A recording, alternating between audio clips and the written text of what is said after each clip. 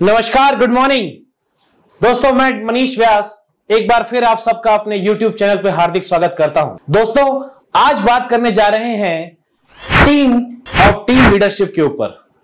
दोस्तों, अक्सर चाहे बिजनेस डेवलपमेंट हो या हमारी जिंदगी हो या हमारी जॉब हो, जब कभी भी हम अपने कार्य क्षेत्र में परफॉर्म करते हैं तो जो सबसे महत्वपूर्ण सेतु बनता है वो बनता है एक टीम और एक टीम लीडर के बीच में। और टीम और टीम लीडर की व्याख्या अगर हम करें तो टीम और टीम लीडर के बीच का परस्पर जो संबंध है वो 3 महत्वपूर्ण बिंदुओं पर निर्भर करता है।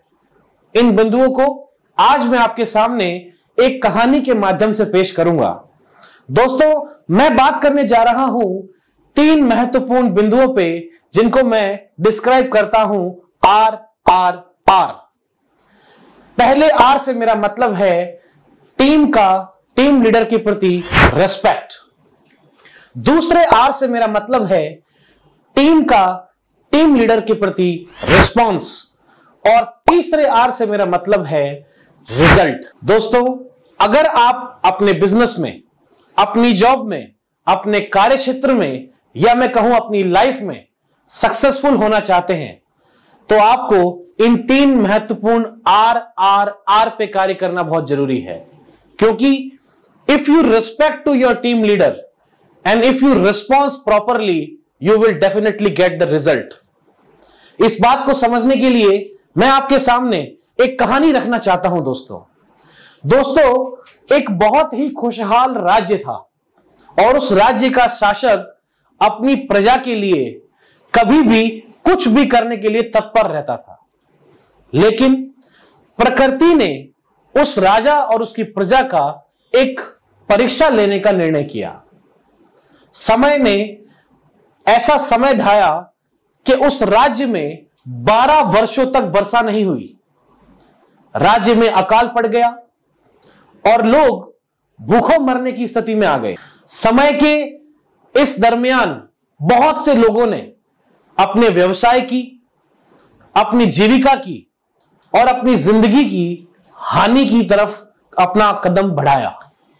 अब लाजमी सी बात थी कि इससे दुख और दरिद्रता उस राज्य में फैलने लगी। लेकिन दोस्तों, जिस रेस्पेक्ट और रिस्पॉन्स की मैं बात कर रहा हूं उसकी मिसाल देखने के लिए जब राजा के मंत्री गांव गांव शहर शहर गए तो उन्हें कुछ ऐसा देखने को मिला जो वास्तव में हैरान कर देने वाला था।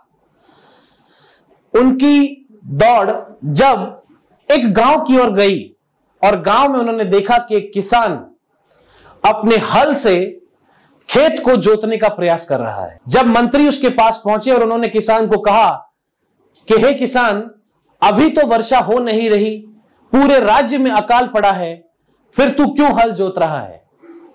और जब उन्होंने उस किसान को राजा द्वारा दी गई खाद्य सामग्री और रसद सामग्री को दिया तो उस किसान का जवाब था कि मैं इसलिए हल जोत रहा हूं कि जब मेरे राजा के पराक्रम से और मेरे राजा की तपस्या से अच्छे दिन आएंगे तो उन अच्छे दिनों को यह ना लगे कि मैंने अपने राजा का सहयोग नहीं किया।